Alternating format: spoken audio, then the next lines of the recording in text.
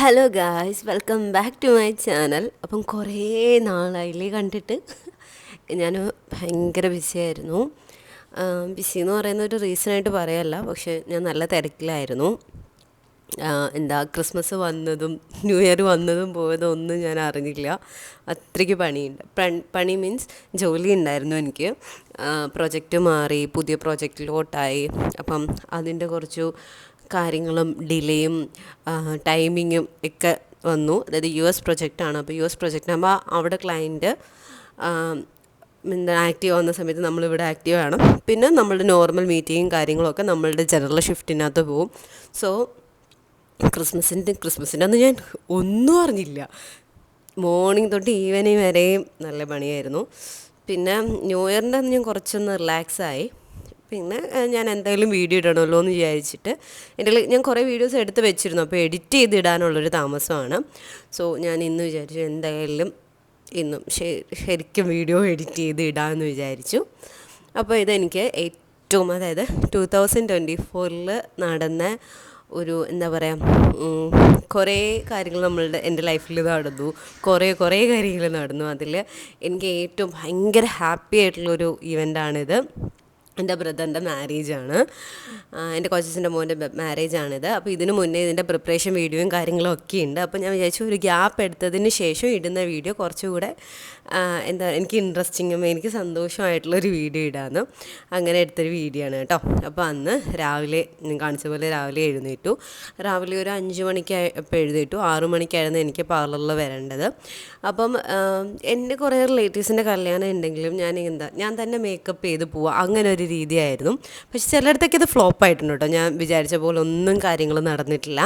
അപ്പം ഇത് ഞാൻ കുറേ നാൾ മുന്നേ തന്നെ ഞാനിങ്ങനെ അമ്മയടുത്ത് പറഞ്ഞിട്ടുണ്ടായിരുന്നു, എനിക്ക് പാർലറിൽ പോയി ഒരുങ്ങണം. ഞാൻ എത്ര ഒരുങ്ങിയാലും അവരൊരുക്കുന്ന പോലൊന്നും ആവില്ലല്ലോ. അപ്പോൾ അതുപോലെ ഒരുങ്ങണമെന്ന് ഞാൻ പറഞ്ഞിട്ടുണ്ടായിരുന്നു. അങ്ങനെ തലേന്ന് ഞാനും അമ്മയും കൂടെ, തലേന്നാന്ന് തോന്നുന്നു, 2 ദിവസം മുന്നേ ഞാനും അമ്മയും കൂടെയും പോയി ഫേഷ്യലും കാര്യങ്ങളൊക്കെ ചെയ്ത് കൊന്നാ വരില്ല കേട്ടോ. പിന്നെ ഞാൻ എങ്ങനെയും ബലം പ്രയോഗിച്ചിട്ട് കൊണ്ടുപോയതാണ്. അമ്മയെ ഒരുക്കാനായാലും മാരേജിൻ്റെ രാവിലെ ഞാനും അമ്മയും കൂടെയാണ് പോയത്. അപ്പം ഞാനൊരു ധാവണിയാണ് സെറ്റ് ചെയ്തിട്ടുണ്ടായിരുന്നത്. പിന്നെ ഞാൻ നേരത്തെ പറഞ്ഞിട്ടുണ്ടായിരുന്നു എന്താ വേണ്ടത്. എനിക്ക് വേറെ വലിയ കാര്യമൊന്നും വേണ്ട. ഹെയർ എനിക്ക് കേൾ ചെയ്ത് ഇടണമെന്ന് പറഞ്ഞിട്ടുണ്ടായിരുന്നു. പിന്നെ എക്സ്റ്റൻഷൻ വെക്കണമെന്ന് പറഞ്ഞിട്ടുണ്ടായിരുന്നു. പിന്നെ ഇത്രയും ഞാൻ പറഞ്ഞിട്ടുണ്ടായിരുന്നുള്ളൂ. വേറെ എനിക്ക് വലിയ സജഷൻസും കാര്യങ്ങളൊന്നും ഉണ്ടായിരുന്നില്ല. പിന്നെ ഓവറായിട്ടൊന്നും വേണ്ട. അമ്മയ്ക്ക് പിന്നെ ഉള്ള സജഷൻ ഒന്നും അറിയാൻ പാടില്ല, മേക്കപ്പ് ഇട്ടെന്നേ അറിയാൻ പാടില്ല, അതായിരുന്നു. ആർക്കും ഭയങ്കര ലൈറ്റായിട്ടുള്ള മേക്കപ്പാണ്. അമ്മയും എനിക്ക് തോന്നുന്നു ചേച്ചിയുടെ മാരേജ് കഴിഞ്ഞിട്ട് 10 വർഷമായി, എൻ്റെ സിസ്റ്ററിൻ്റെ മാരേജ് കഴിഞ്ഞിട്ട്. അപ്പോൾ അതിനുശേഷം ആദ്യമായിട്ട് അമ്മ പാർലറിൽ വരെ വരുന്നത്. ആളൊന്നിനും വരത്തില്ല. ആകെ സൺസ്ക്രീൻ ഈ ഒരിടയ്ക്കാണ് അത് വരെ ഇട്ട് തുടങ്ങിയത്. അല്ലാണ്ട് ആളൊന്നും യൂസ് ചെയ്യത്തുമില്ല, ഒന്നും ചെയ്യില്ല. ഇത് ഞാൻ എന്തായാലും നിർബന്ധിച്ച് കൊണ്ടുപോകുമെന്ന് പറഞ്ഞ് കൊണ്ടുപോയതാണ്. അപ്പം ഞാനിവിടെ ത്രെഡ് ബ്യൂട്ടി പാർലർ എന്ന് പറഞ്ഞൊരു പാർലറിലാണ് കേട്ടോ, വീടിനടുത്തുള്ളതാണ്. അപ്പോൾ അവിടെയാണ് പോയത്. അപ്പോൾ ഇതിന് 2 ദിവസം മുന്നേ പോയിട്ട് അമ്മയ്ക്ക് പേളിൻ്റെ ഫേഷ്യൽ ചെയ്തു. ഞാൻ ഹൈഡ്രാ ഫേഷ്യൽ ചെയ്തു. കുറേ നാളത്തെ എൻ്റെ ആഗ്രഹമായിരുന്നു ഹൈഡ്രാ ഫേഷ്യൽ ചെയ്യണത്. അതിൻ്റെ വീഡിയോ ഒക്കെ എൻ്റെ കയ്യിലുണ്ട് കേട്ടോ. അപ്പോൾ അത് ഞാൻ സമയം പോലെ ഇടാം. മീൻസ് എഡിറ്റ് ചെയ്ത് വെച്ചിരിക്കുകയാണ്, എനിക്ക് വോയിസ് കൊടുത്താൽ മതി. അപ്പോൾ അങ്ങനെയാണ്. അപ്പോൾ അവിടെ 2 ചേച്ചിമാരുണ്ട്. അപ്പോൾ എനിക്കും അമ്മയ്ക്കും കൂടെ കുറച്ചുകൂടെ എളുപ്പമായിരുന്നു. പാരലലി അവർ ചെയ്ത് പൊക്കോണ്ടിരുന്നു. പിന്നെ ഞങ്ങൾക്ക് കല്യാണ മുഹൂർത്തം വന്നിട്ട് 11:20 കഴിഞ്ഞിട്ടായിരുന്നു. പക്ഷേ 9:30 ഞങ്ങൾക്ക് അവിടെ നിന്ന് ഇറങ്ങണം. 10 മണിക്കാണ് സ്വീകരണം. എന്നിട്ട് ഇതൊക്കെ കഴിഞ്ഞ് ഇറങ്ങിയപ്പോഴത്തേക്ക് ഞാൻ അവിടെ ചെന്നപ്പോഴത്തേക്ക് 9:30 കഴിഞ്ഞിട്ടാണ് ഞങ്ങളവിടെ ചെന്നത്. പിന്നെ ഈ ഗ്രൂമിൻ്റെ വീട്ടിൽ നിന്ന് ഈ ഓഡിറ്റോറിയത്തിലേക്ക് ഞങ്ങൾക്ക് ഏകദേശം ഒരു 10-15 മിനിറ്റത്തെ ട്രാവലിംഗ് ഉണ്ടായിരുന്നു. സോ ഞങ്ങൾക്ക് പെട്ടെന്ന് ഓടിയെത്താൻ പറ്റുമായിരുന്നു. അങ്ങനെ അവിടെ ചെന്ന് ചേച്ചി എന്തൊക്കെയോ ഇട്ട് കൺസീലർ, നമ്മളല്ലാണ്ട് വീട്ടിൽ എന്നെ സംബന്ധിച്ചിടത്തോളം ഞാൻ മേക്കപ്പ് ചെയ്യുമെങ്കിലും ഫൗണ്ടേഷനും സ്ട്രോക്ക് ക്രീമിലും എൻ്റെ കാര്യങ്ങളെല്ലാം തീരും. പിന്നെ കൺസീലർ യൂസ് ചെയ്യും. ഈ കളർ കറക്റ്ററൊന്നും ഞാനങ്ങനെ യൂസ് ചെയ്തിട്ടില്ല. പിന്നെ ചേച്ചി കുറേയൊക്കെ കളർ കറക്റ്ററൊക്കെ യൂസ് ചെയ്തു. എനിക്ക് പിന്നെ ഒരുപാട് ഡിസ്കളറേഷൻ ഫേസിലുണ്ടോ എന്ന് ചോദിച്ചാലില്ല. പണ്ട് മറ്റേ കൊമിഡോൺസ് എൻ്റെ ഫേസിൽ വന്നിട്ടുണ്ടായിരുന്നു. സോ കൊമിഡോൺസ് ഫിസിക്കലി റിമൂവ് ചെയ്യുകയാണ് ചെയ്തത് കേട്ടോ, ഞാൻ ക്ലിനിക്കിൽ പോയിട്ട്. അപ്പോൾ ആ ഒരു ഫിസിക്കലി റിമൂവ് ചെയ്തതിൻ്റെ ആ ഒരു കുഴി പോലുള്ളൊരു സംഭവം അത് എൻ്റെ ഫേസിലുണ്ട്. അത് 2 ചീക്സിലും ഉണ്ട്. അത് എന്ത് ചെയ്താലും അത് മാറില്ല. പിന്നെ ഞാനിങ്ങനെ ഒരു ഡെർമറ്റോളജിസ്റ്റിനെ കൺസൾട്ട് ചെയ്തപ്പോൾ ആൾ ലേസർ ട്രീറ്റ്മെൻറ്റ് ചെയ്താൽ അത് മാറും, കുറയും എന്നൊക്കെ പറഞ്ഞു. ഒരു സിറ്റിങ്ങിന് 7,000 റുപ്പീസ് അങ്ങോട്ടാണ് എൻ്റെ അടുത്ത് പറഞ്ഞത്. ഒരു 5 സിറ്റിങ്സിൽ അത് ക്ലിയർ ആയിട്ട് മാറുമെന്ന് പറഞ്ഞു. പിന്നെ ഞാനതൊന്നും അങ്ങനെ ചെയ്യാൻ പോയില്ല, എനിക്ക് അത്രയ്ക്ക് വൃത്തിയായിട്ടൊന്നും തോന്നിയിട്ടില്ല. അതുകൊണ്ട് അത് അവിടെ ഇരിക്കട്ടെ എന്ന് വിചാരിച്ചു. പിന്നെ ഞാൻ ഈ ക്യാമറയും ഇതും കൂടെ പിടിച്ചിട്ട് എനിക്ക് തന്നെ ഭയങ്കര ബുദ്ധിമുട്ടാവുന്നുണ്ട്. ആൾക്കും ഭയങ്കര ബുദ്ധിമുട്ടാവുന്നത്. ഞാൻ കൈ ഇങ്ങനെ പോക്കും ഇങ്ങനെ പോവും, ആൾക്കത് കറക്റ്റായിട്ട് ഷെയ്ഡൊന്നും അപ്ലൈ ചെയ്യാൻ പറ്റുന്നുണ്ടായിരുന്നില്ല. അങ്ങനെ ഞാൻ കുറച്ചെങ്കിലും വീഡിയോ എടുക്കാമെന്ന് വിചാരിച്ചിട്ടാണിത് ഷൂട്ട് ചെയ്തത്. അങ്ങനെ എൻ്റെ ഫേസിലെ പ്രിപ്പറേഷൻസൊക്കെ നടന്നുകൊണ്ടിരിക്കുകയാണ്. അത്യാവശ്യം നല്ല സമയം എടുത്തു കേട്ടോ. ഞങ്ങളവിടെ ചെന്നപ്പം തന്നെ ഒരു 6:30 ആയി. 9:15 ആയപ്പോഴാണ് എനിക്ക് അവിടെ നിന്ന് ഇറങ്ങാൻ പറ്റിയത്. കാരണം എൻ്റെ ധാവണിയുടെ ഷോള് ആൾ പറഞ്ഞത് എന്താ ഇങ്ങനെ പ്ലീറ്റ് എടുക്കുക, നമുക്ക് ആ സമയത്ത് തന്നെ പ്ലീറ്റ് എടുക്കാമെന്ന് പറഞ്ഞു. പക്ഷെ ആ സമയത്ത് എന്ത് വിധേനെ നോക്കിയിട്ടും ധാവണിയുടെ പ്ലീറ്റ് എടുക്കാൻ പറ്റുന്നില്ല, ഭയങ്കര ബുദ്ധിമുട്ടായിരുന്നു. അങ്ങനെ കുറേ സമയം പോയി. പിന്നെ ഐബ്രോസ് എൻ്റെ ഐബ്രോസിന് അത്യാവശ്യം കട്ടിയുണ്ട്, പക്ഷേ ഒരു ഐബ്രോയ്ക്ക് സ്റ്റാർട്ടിങ് ഇല്ല. സോ ഐബ്രോ നന്നായിട്ട് ആൾ വരച്ചത്. ആളാണ് എനിക്ക് ആദ്യമായിട്ട് ത്രെഡ് ചെയ്ത് തരുന്നത്. സോ എൻ്റെ ലൈഫിൽ ആദ്യമായിട്ട് ത്രെഡ് ചെയ്യുന്നത് ആളായിരുന്നു. അതായത് അന്ന് +2 കഴിഞ്ഞ് ആ സമയത്തും കണ്ടാന്ന് തോന്നും, അന്ന് ഞാൻ ഇവിടെ വന്നു. അങ്ങനെ പിന്നെ ലിപ്സ്റ്റിക്ക് ഇട്ടു, ഐ ഷാഡോ ഇട്ടു, പിന്നെ എൻ്റെ മെയിൻ സംഭവം പൊട്ട് വെച്ചു. പിന്നെ കണ്ണിൻ്റെ താഴെ ചെറുതായിട്ട് എഴുതിയിട്ടുള്ളൂ കേട്ടോ. അങ്ങനെ പിന്നെ ലാസ്റ്റ് എൻ്റെ ഫൈനൽ ലുക്ക് ഇതാണ് കേട്ടോ. അവിടുന്ന് ഞാൻ പറഞ്ഞില്ല ഓടിപ്പോരുന്നതാണ് സമയമില്ലാത്തതുകൊണ്ട്. അങ്ങനെ പിന്നെ കല്യാണ വീട്ടിൽ വന്ന് ഞങ്ങൾ നാത്തൂരായിരുന്നു, ഞാനും എൻ്റെ ചേച്ചിയാണ്. അപ്പോൾ ഞാനും ചേച്ചിയും ഞങ്ങൾ 2 പേരായിരുന്നു നാത്തൂൻ. അങ്ങനെ ഞങ്ങൾ ഒരുങ്ങി. കുഞ്ഞമ്മ ഉണ്ടായിരുന്നു, പിന്നെ കല്യാണ ചെറുക്കൻ ഉണ്ടായിരുന്നു, പിന്നെ കാർ ഡ്രൈവർ ഉണ്ടായിരുന്നു. അങ്ങനെ ഞങ്ങളെല്ലാവരും കൂടി കല്യാണ വീട്ടിലേക്ക് പോവാണ്. അപ്പോൾ എൻ്റെ ഓൺ സിസ്റ്ററെ ഭയങ്കരമായിട്ട് മിസ് ചെയ്യുന്നു. ആളുണ്ടായിരുന്നെങ്കിൽ ആളാണ് മെയിനായിട്ട് നിൽക്കേണ്ട ആൾ.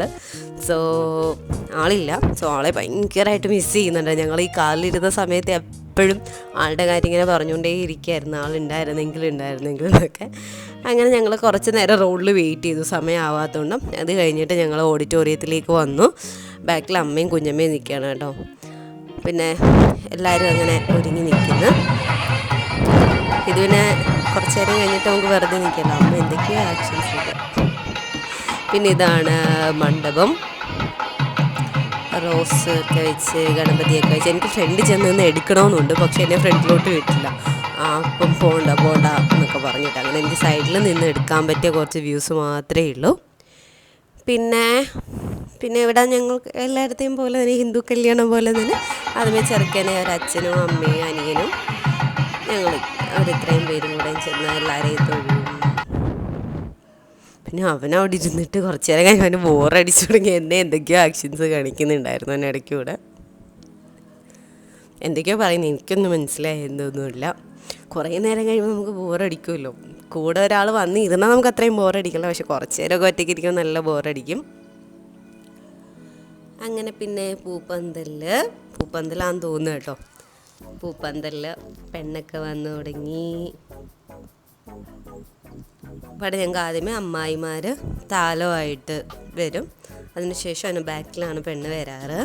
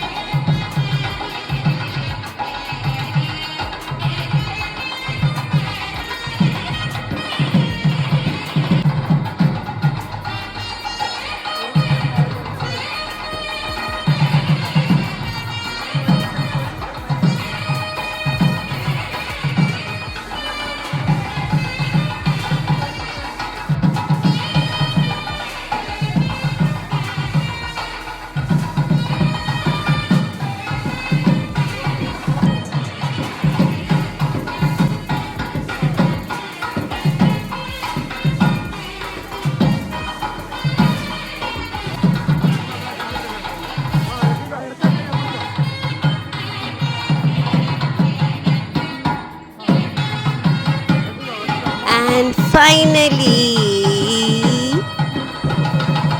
അവൻ കല്യാണം കഴിച്ചിരിക്കുകയാണ് guys.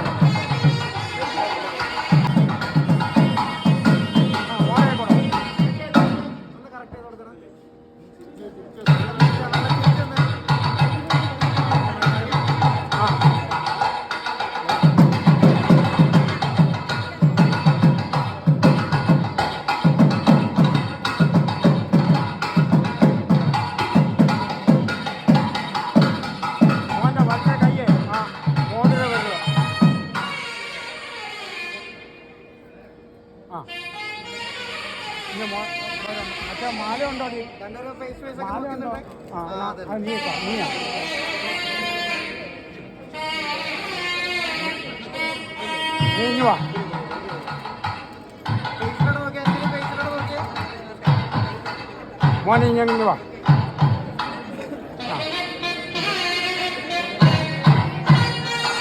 ഓക്കെ, അങ്ങനെ ഞാൻ ആ താലി കെട്ടാൻ ഉണ്ടായിട്ടുണ്ട്. ഞാൻ ബാക്കിൽ നിൽക്കുകയാണ് കേട്ടോ ചെയ്തത്. അതുകൊണ്ട് ഞാൻ വേറൊരാളുടെ കയ്യിലാണ് ഇത് കൊടുത്തത്, ഫോൺ കൊടുത്തത്. അപ്പോൾ അവന് ഇങ്ങനെയാണ് എടുത്തേക്കുന്നത്. സോ അതൊക്കെ കഴിഞ്ഞ് ഞങ്ങൾ ഫുഡൊക്കെ കഴിക്കാനായിട്ട് പോയി. ചെറുക്കിൻ്റെ കൂടെയും പെണ്ണിൻ്റെ കൂടെ ഇരുന്ന് ഫുഡൊക്കെ കഴിച്ചു. അപ്പം ചെറുക്കിനെ പറ്റി പറയുകയാണെങ്കിൽ എൻ്റെ കൊച്ചച്ഛൻ്റെ മോനാണ്, ആൾ നേവിയിലാണ്. അവനിപ്പം ഒരു 6 ഇയേഴ്സായി നേവിയിൽ ജോയിൻ ചെയ്തിട്ട്. പിന്നെ കുറച്ച് കഴിയുമ്പോൾ നമ്മൾ 2:30 അവിടെ നിന്ന് ഇറങ്ങേണ്ടത്. അവിടെ നിന്ന് ഇറങ്ങി. പിന്നെ സ്ഥിരം കലാപരിപാടി ഉണ്ടല്ലോ, കരിയും, അതൊക്കെ സ്ഥിരമാണല്ലോ. നിങ്ങളിവിടെയൊക്കെ സ്ഥിരമാണ് കേട്ടോ. അടുത്തോട്ട് വിട്ടാലും നമുക്ക് ഭയങ്കര സങ്കടം, അതിപ്പോൾ എല്ലാവർക്കും വരുമല്ലോ, ഭയങ്കര സങ്കടം വരും. അതൊക്കെ കഴിഞ്ഞു. തിരിച്ച് ഞങ്ങൾ ചെറുക്കൻ്റെ വീട്ടിൽ വന്നു. പിന്നെ ഇവിടെ വരുമ്പം പാലും പഴവും ഒക്കെ കൊടുക്കേണ്ട കുറച്ച് ചടങ്ങുണ്ട്. സോ അതൊക്കെ കഴിഞ്ഞു. അത് കഴിഞ്ഞിട്ട് പിന്നെ അവർക്ക് ഫോട്ടോഷൂട്ട് ഇവിടെ അമ്പലവും വയലും ഒക്കെ ഉണ്ട്. അപ്പോൾ അതിനടുത്തോട്ട് അവർക്ക് പോകണമായിരുന്നു. അങ്ങനെ ഞങ്ങൾ തിരിച്ച് വന്നു. ഞാൻ തിരിച്ച് വീട്ടിലോട്ട് വന്നു, ഞാനും അമ്മയും. അമ്മ കുറച്ച് നേരം കിടന്നു. പിന്നെ എനിക്ക് കിടക്കാനുള്ള സമയമൊന്നും ഉണ്ടായിരുന്നു. ഞങ്ങൾക്ക് ഒരു 5-5:30 ആകുമ്പോഴത്തേക്ക് തിരിച്ച് പോകണമായിരുന്നു. 4:30 ആയപ്പോഴാണ് വന്നത്. പിന്നെ 5:30 പോകണമെങ്കിൽ പിന്നെ സമയമൊന്നും ഇല്ലല്ലോ. അതുകൊണ്ട് ഞാൻ പെട്ടെന്ന് റെഡി ആവാനായിട്ട് തുടങ്ങി. അപ്പോൾ ആദ്യമേ ഇതാണ് നമ്മളുടെ ഈ പാർലറിലും നമ്മളും ചെയ്യുന്ന മേക്കപ്പിൻ്റെ ഡിഫറൻസ്. എനിക്ക് സെയിം മേക്കപ്പാണ്, എവിടെ പോയാലും എനിക്ക് ഇതേ മേക്കപ്പ് തന്നെയാണ്. പിന്നെ പ്രൊഡക്റ്റ് എന്തെങ്കിലും മാറുമെങ്കിലേ ഉള്ളൂ. ഞാൻ ആദ്യമേ ടോണർ യൂസ് ചെയ്യും. പിന്നെ ഞാൻ എപ്പോഴും വിചാരിക്കുന്നതാണ് എവിടെ പോയാലും ഐസ് ആദ്യമേ വെക്കണമെന്ന്. പക്ഷേ ഞാനത് മറന്നു. ഏത് മേക്കപ്പ് ചെയ്യുന്നതിന് മുന്നേ ഞാൻ വിചാരിക്കും ഓക്കെ ഐസ് വെക്കണം. ആക്ച്വലി എന്താണെന്നറിയോ, നമ്മൾ ഐസ് വെക്കുന്നത് ഭയങ്കര നല്ലതാണ്. നമ്മളെ മേക്കപ്പും ഹോൾഡ് ചെയ്യാനും കുറേ നേരം ലോങ് ലാസ്റ്റ് ചെയ്യും. ഏറ്റവും ഇമ്പോർട്ടൻറ്റ് ഓയിലി സ്കിൻ ആണെന്നുള്ളവർക്ക് നമ്മൾ ഞാൻ കണ്ണിൻ്റെ താഴെ അങ്ങനെ എഴുതാറേ ഇല്ല. അങ്ങനെ എഴുതിയാൽ എനിക്ക് ഭയങ്കരമായിട്ട് സ്പ്രെഡാവും. ഏത് കാജൽ എഴുതിയാലും ഞാൻ ട്രൈ ചെയ്യാത്ത കാജലേ ഇല്ല. നല്ല പൈസ കൊടുത്ത് ഞാൻ കാജൽ മേടിച്ചിട്ടുണ്ട്, പക്ഷേ എൻ്റെ കണ്ണിൻ്റെ താഴെ സ്പ്രെഡാവും. അങ്ങനെയുള്ളവർക്ക് ഐസ് വെക്കുകയാണെങ്കിൽ നന്നായിട്ട് നിൽക്കും കേട്ടോ. എനിക്ക് ഒരുപാട് എക്സ്പീരിയൻസ് ഉണ്ട്, പക്ഷേ ഞാനത് മിക്കപ്പോഴും മറന്നുപോകും.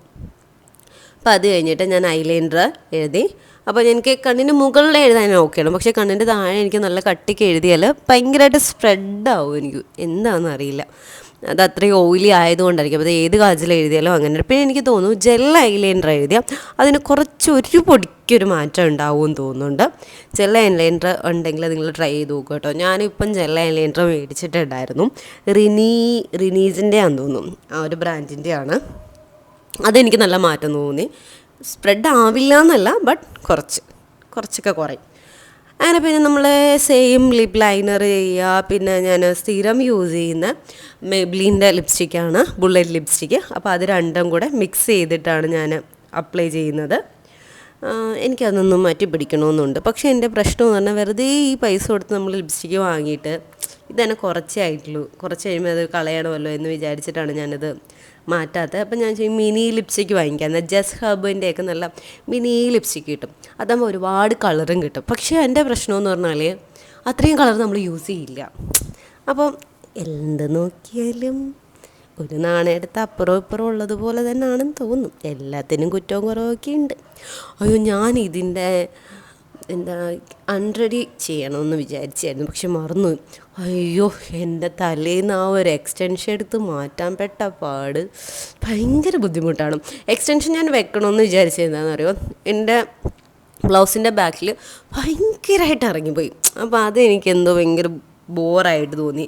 പിന്നെ ആ ഒരു ധാവണി അങ്ങനെയുള്ളൊരു സെറ്റ് യൂസ് ചെയ്യുമ്പം, ആ ഒരു സെറ്റ് വിയർ ചെയ്യുമ്പം എനിക്ക് കുറച്ചുകൂടെ ഒരു നാടൻ ലുക്കാണ് വേണ്ടത്. നാടൻ ലുക്കാണെങ്കിൽ നമ്മൾ കുറച്ചൊരു ലെന്തി ഹെയർ ആയിരിക്കും നല്ലത്. ഈ ഒരു ഹെയറിനകത്ത് ഞാൻ എത്ര ഇട്ട് പണിഞ്ഞാലും ആ ഒരു ഭംഗി വരത്തില്ല. അതുപോലെ എൻ്റെ ഭയങ്കര കേളി ഹെയറാണേ, കുറച്ച് നേരം കഴിയുമ്പോൾ ഇതെല്ലാം കൂടെ ചുരുണ്ടങ്ങ് മുകളിലോട്ട് കയറും. അപ്പം പിന്നെ ആ ബ്ലൗസിൻ്റെ ആ ഒരു ബാക്കിലെ കട്ടും എല്ലാം കൂടെ ആയാലും അത് സെറ്റാവുമെന്ന് എനിക്ക് തോന്നിയില്ല.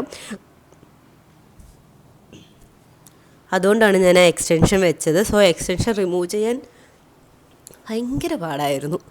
ഓക്കെ, പിന്നെ എൻ്റെ ധാവണിയെ പറ്റി പറയുകയാണെങ്കിൽ, ആ ധാവണി ഞാൻ ആമസോണിൽ നിന്ന് എടുത്തതാണ്. മെറ്റീരിയൽ എല്ലാവരും കണ്ടിട്ടുള്ളൂ, ഭയങ്കര കോമൺ ആയിട്ടുള്ളൊരു ധാവണിയാണ്. പക്ഷെ ആ കളറ് ഞാൻ ആരിലും അങ്ങനെ കണ്ടിട്ടില്ല, ആ ഒരു കളർ യൂസ് ചെയ്യുന്നത്. കൂടുതലും ഞാൻ ആ മഞ്ഞയും കറുപ്പും ഒക്കെയാണ് കണ്ടിട്ടുള്ളത്.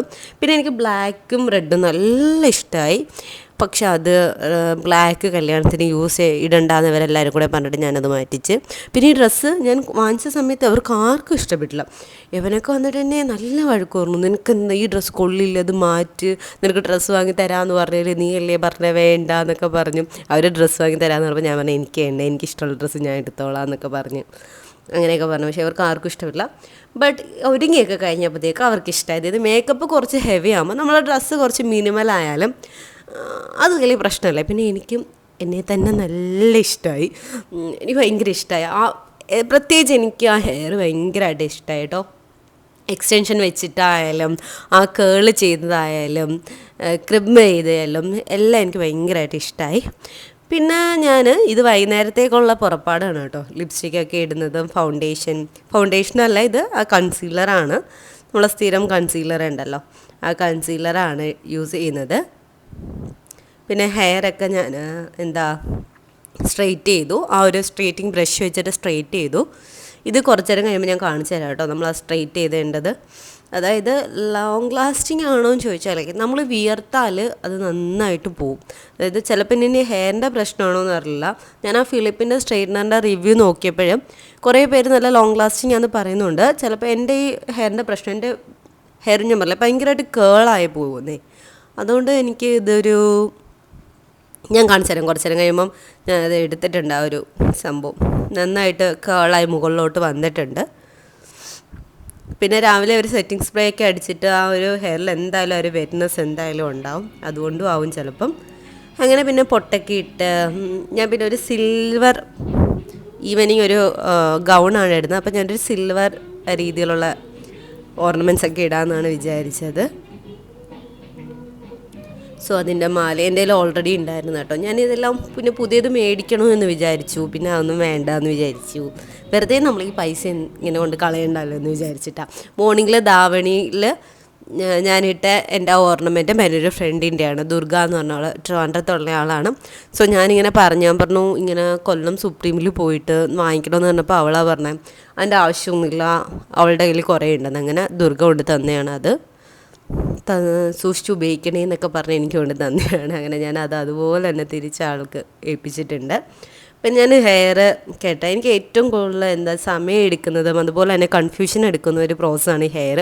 ഞാൻ ഈ ഹെയറിന് ലെന്ത് ഇല്ലാത്തതുകൊണ്ട് ഈ ഹെയർ ഇങ്ങനെ ചുരുണ്ട് കയറുന്നതുകൊണ്ട് കുറച്ച് ഈ കെട്ടുന്ന സമയത്തൊരു ഭംഗിയുള്ളൂ, കുറച്ച് കഴിയുമ്പോൾ ചിലപ്പോൾ ഭംഗിയില്ല. പിന്നെ ഞാൻ ഇതൊക്കെ അഴിച്ച് മാറ്റി കേട്ടോ. ഒരു സൈഡിൽ മാത്രം ടൈ ചെയ്ത് വെച്ചിട്ട് ബാക്കി സൈഡിൽ ഓപ്പൺ ഹെയർ ആക്കി ഇട്ടു. പിന്നെ ഞാൻ ഡ്രസ്സ് മാറി. ഇതാണ് എൻ്റെ ഒരു ഓവറോൾ ലുക്കിൽ. പിന്നെ ഡ്രസ്സ് മാറിയിട്ട് ഇതാണ് കേട്ടോ എൻ്റെ ഒരു ലാവെൻഡർ ലാവൻഡർ ആയിരുന്നു എൻ്റെ ഗൗണിൻ്റെ കളറ്. ഭയങ്കര ഇഷ്ടപ്പെട്ട ഒരു കളറാണ് ലാവൻഡർ.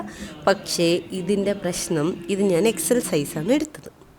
എക്സൽ സൈസ് ഞാൻ എടുത്താൽ എത്ര ഷേപ്പ് ചെയ്താലും അത്രയ്ക്ക് അങ്ങോട്ട് എന്താ പറയുക, നമ്മളെ ഷേപ്പായിട്ട് കിട്ടത്തില്ല. അപ്പോൾ എനിക്ക് ഭയങ്കര ലെന്തായിരുന്നു, തറയിലൊക്കെ കിടന്ന് എഴയായിരുന്നു. എല്ലാവരും ചോദിക്കായിരുന്നു, ഇവിടെ ഇനി തൂക്കണ്ടല്ലോ. സെയിം നമ്മളുടെ മറ്റേ ഡയലോഗ് ഉണ്ടല്ലോ, ഇവിടെ ഇനി തൂക്കണ്ടല്ലോ, നീ തൂത്തുമല്ലോ, അങ്ങനെ ഡയലോഗായിരുന്നു. അങ്ങനെ ഇതൊക്കെയായിരുന്നു കേട്ടോ അവിടുത്തെ സ്റ്റേജിങ് കാര്യങ്ങളും ഒക്കെ. എന്നെ പിടിച്ചിരുത്തി കുഞ്ഞമ്മയോടെ ഇങ്ങനെ പൈസ എഴുതാനായിട്ട്. അതുകൊണ്ട് എനിക്ക് കൂടുതൽ അങ്ങോട്ട് എക്സ്പ്ലോർ ചെയ്യാൻ പറ്റിയില്ല. ഞാനൊരു 7 മണി തൊട്ട് 9:30 വരെ അതിൻ്റെ ഇടയ്ക്ക് സ്റ്റക്കായിപ്പോയി. ഞാൻ പറഞ്ഞത് എനിക്ക് വീഡിയോ എടുക്കണം, എനിക്ക് അവിടെ പോകണം, ഇവിടെ പോകണം. അവരാരും ഒന്നും കേട്ടില്ല, എന്നെ പിടിച്ചിരുത്തി. പിന്നെ അമ്മ എൻ്റെ അടുത്തിരുന്നു. അതുകൊണ്ട് എനിക്ക് അവിടെ നിന്ന് എസ്കേപ്പ് ആവാൻ പറ്റിയൊന്നുമില്ല. അപ്പോൾ എൻ്റെ ഹെയറിൻ്റെ അത് കണ്ടു, ആകെ ഇങ്ങനെ ചുരുണ്ട് കയറി. കുഴപ്പമില്ലല്ലേ, അഡ്ജസ്റ്റ് ചെയ്യാം. പിന്നെ ഇതാണ് കേട്ടോ സ്റ്റേജിങ്ങും കാര്യങ്ങളും ഒക്കെ. പിന്നെ രാവിലെ തൊട്ട് ഞാൻ ഈ ക്യാമറയും തൂക്കിക്കൊണ്ട് നടക്കുമ്പോൾ എല്ലാവരും വിചാരിക്കും പിന്നെ എന്തിനു കുഴപ്പമെന്ന്. അതുകൊണ്ട് ഞാനങ്ങനെ ഒരുപാട് അങ്ങ് നിന്നില്ല. പിന്നെ ആളുടെ നേവിയിൽ നിന്നുള്ള ഓഫീസേഴ്സൊക്കെ ഉണ്ടായിരുന്നു ആ സമയത്ത്. പിന്നെ ഈവനിങ് ഒക്കെ ആയപ്പോൾ അവരെല്ലാം തളർന്നു, ഇവളൊക്കെ നല്ല തളർന്നു. ബാക്കിലെ ഡെക്കറേഷനും കാര്യങ്ങളൊക്കെ ഞാൻ ജസ്റ്റ് കാണിച്ചു എന്നേ ഉള്ളൂ. പിന്നെ ഇതെല്ലാം കഴിഞ്ഞിട്ട് ഒരു 11-11:30 ആയപ്പം ഞങ്ങളെല്ലാം വീട്ടിൽ പോയിട്ട് പിന്നെ എൻ്റെ ആണോ കല്യാണം കഴിഞ്ഞതെന്ന് എനിക്ക് തോന്നി. എനിക്ക് അത്രയ്ക്ക് ക്ഷീണമായിരുന്നു. എൻ്റെ റൂമൊക്കെ ആണെങ്കിൽ എല്ലാം കോലമായിട്ട് കിടക്കുകയാണ്. മാക്സിമം ഞാൻ കല്യാണത്തിനൊക്കെ പോകുമ്പോൾ ഇച്ചിരി വൃത്തിയാക്കാൻ വെക്കാൻ നോക്കും, പക്ഷെ ഒന്നും നടന്നില്ല.